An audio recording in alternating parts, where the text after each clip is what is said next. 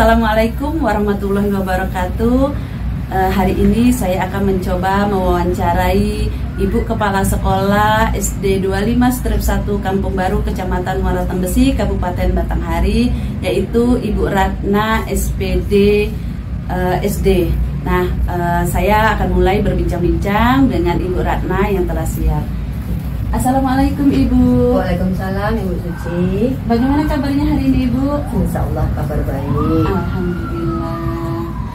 Minta waktunya, mohon izin Bu ya, sebentar waktunya kita bisa berbincang-bincang bagaimana selama ini Ibu mengambil sebuah keputusan di sekolah yang Ibu pimpin. Iya, Insya Allah. Bisa kita mulai Ibu? Iya, bisa. Ya.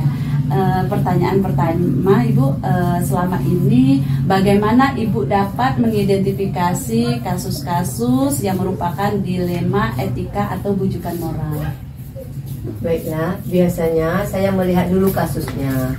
Jika kasus tersebut berhubungan dengan ranah hukum, berarti itu adalah rujukan moral.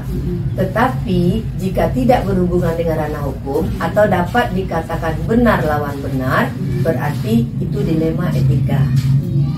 Ya. Nah, kemudian Bu, pertanyaan kedua, selama ini bagaimana Ibu menjalankan pengambilan keputusan di sekolah Ibu, terutama untuk kasus-kasus di mana ada dua kepentingan yang sama benar atau sama-sama mengandung nilai kebajikan? Baiklah, hal yang pertama yang saya lakukan, saya akan melakukan identifikasi dan mencari fakta-fakta yang terkait dengan kondisi tersebut. Setelah itu, saya akan melihat dampak positif dan negatif. Seandainya sebuah keputusan yang saya buat tersebut bisa terhadap kondisinya bisa berdampak baik. Nah, pertanyaan yang ketiga Bu, langkah-langkah atau prosedur seperti apa yang biasa Ibu lakukan selama ini?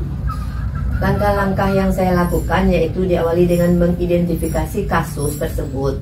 Selanjutnya saya akan mengumpulkan fakta, misalnya latar belakang masalah tersebut, siapa saja yang terkait dalam masalah tersebut. Selanjutnya saya akan berdiskusi kepada seseorang atau warga setempat untuk mencari solusi alternatifnya. Dan yang terakhir, melaksanakan kembali, merefleksi kembali dengan menimbang dari berbagai sudut pandang sebelum saya memutuskan atau mengambil keputusan. Ya. Yang pertanyaan keempat Bu, hal-hal apa saja yang selama ini Ibu anggap efektif dalam pengambilan keputusan pada kasus-kasus dilema etika? Hal-hal yang saya anggap efektif yaitu saya melakukan identifikasi dan analisa kasus. Kemudian kasus tersebut menentukan solusinya, menentukan solusi alternatif dengan mempertimbangkan dari segi aturan dan nilai-nilai moral dengan mengutamakan kepentingan bersama. Nah ya Bu, pertanyaan berikutnya, hal-hal apa saja yang selama ini merupakan tantangan bagi Ibu dalam mengambil sebuah keputusan pada kasus-kasus dilema etika? Tantangannya dalam mengambil keputusan adalah menemukan keputusan yang tepat, keputusan yang bijak, karena keduanya sama-sama benar. Jadi artinya keputusan yang dibuat harus menguntungkan keduanya, kedua belah pihak, tanpa ada pihak yang dirugikan. Nah, kira-kira Bu, selama ini apakah Ibu memiliki suatu jadwal tertentu dalam menyelesaikan kasus dilema etika, atau apakah Ibu langsung menyelesaikannya di tempat atau memiliki sebuah jadwal untuk penyelesaiannya, atau bentuk prosedur seperti apa yang bisa Ibu lakukan? Dalam pengambilan keputusan yang berhubungan dengan dilema etika tidak ada jadwal tertentu Bu Suci, tetapi langkahnya yang harus dilakukan seperti menganalisa kasus dan melakukan musyawarah. Itu saja Bu Suci. Ya. Nah, pertanyaan nomor 7, adakah seseorang atau misalnya faktor-faktor yang selama ini mempermudah atau membantu Ibu dalam pengambilan keputusan dalam kasus-kasus dilema etika?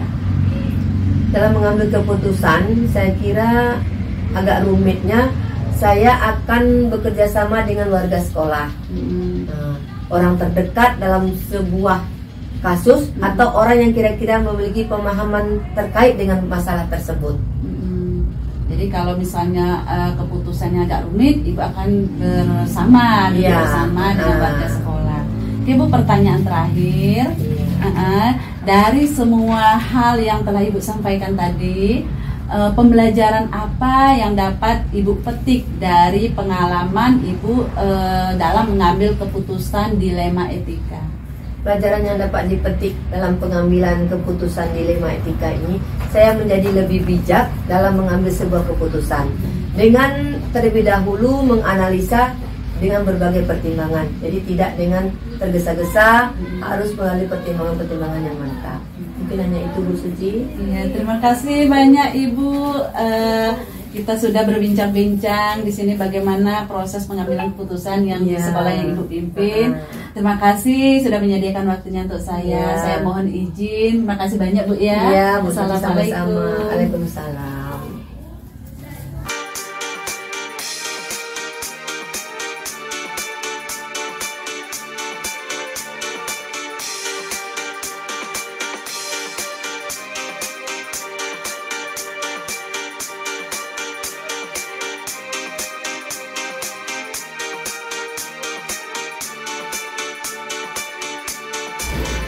Assalamualaikum warahmatullahi wabarakatuh. Waalaikumsalam warahmatullahi wabarakatuh.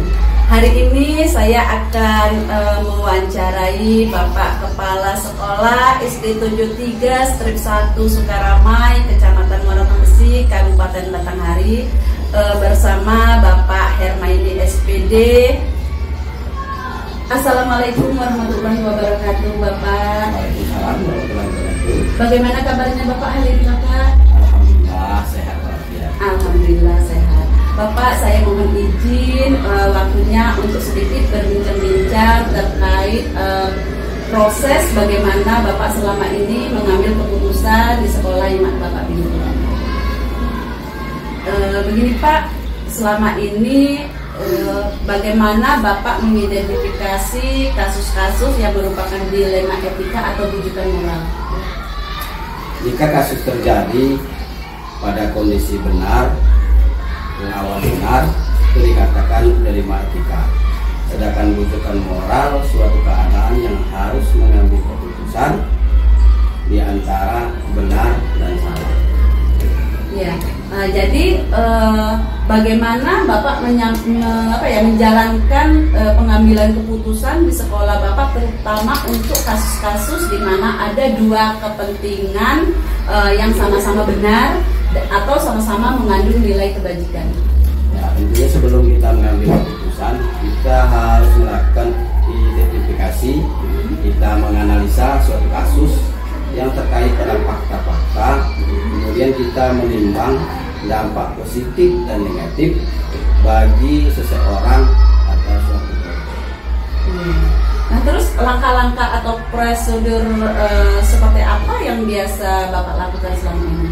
Ya, tentunya kita mencari kebenaran dari suatu kasus dengan mencari fakta-fakta atau bukti-bukti yang selanjutnya saya akan menganalisa dengan mempertimbangkan siapa yang terlibat, alasan melakukan, dan dampak negatif, dan terakhir kita membuat keputusan. Nah terus Pak, hal-hal apa saja yang selama ini mungkin Bapak anggap efektif ya dalam mengambil sebuah keputusan pada kasus-kasus dilema etika?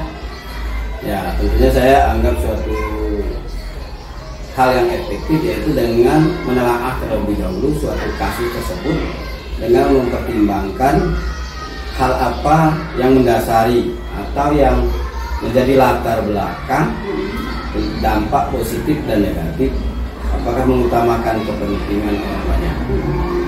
Nah kemudian Pak, apa yang menjadi tantangan Bapak selama ini dalam mengambil keputusan terkait kasus-kasus dilema etika tersebut? Tantangan dalam menghadapi kasus dilema etika yaitu kasus tersebut keduanya memiliki nilai sama benar, dan terkadang situasi di mana aturan dan nilai kebajikan yang harus menjadi dasar pertimbangan kita. Nah, kemudian apakah Bapak memiliki jadwal khusus dalam proses penyelesaiannya atau langsung menyelesaikan di tempat atau misalnya ada semacam bentuk langkah-langkah seperti apa yang Bapak jalankan? Ya, untuk kasus dilema etika, saya tidak menentukan jadwal khusus. Jika kasus tersebut masih ringan, akan saya putuskan sendiri. Tapi jika kasus itu agak berat, saya tentunya perlu pertimbangan dari teman-teman. Nah, kemudian Pak, apakah ada seseorang atau faktor-faktor yang mungkin selama ini akan mempermudah Bapak dalam pengambilan keputusan yang terkait kasus-kasus dilema etika? Ya, tentunya orang yang terlibat adalah orang yang mampu menerima keputusan dengan lapang dada, kemudian dia ikhlas serta dia profesional. Nah, yang terakhir nih Pak, dari semua hal yang telah Bapak sampaikan, pembelajaran apa yang dapat Bapak petik dari pengalaman Bapak selama ini mengambil keputusan terkait kasus dilema etika? Ya, pengalaman saya selama ini dalam membuat sebuah keputusan, tentunya kita harus menganalisa dan mempertimbangkan dampak positif dan negatif serta langkah-langkah serta bermanfaatnya bagi orang yang mengikuti keputusan yang kita buat tersebut. Terima kasih Bapak sudah berbincang-bincang bersama saya pada hari ini terkait bagaimana proses pengambilan keputusan di sekolah yang Bapak pimpin. Terima kasih banyak. Sama-sama. Permisi dulu Pak ya.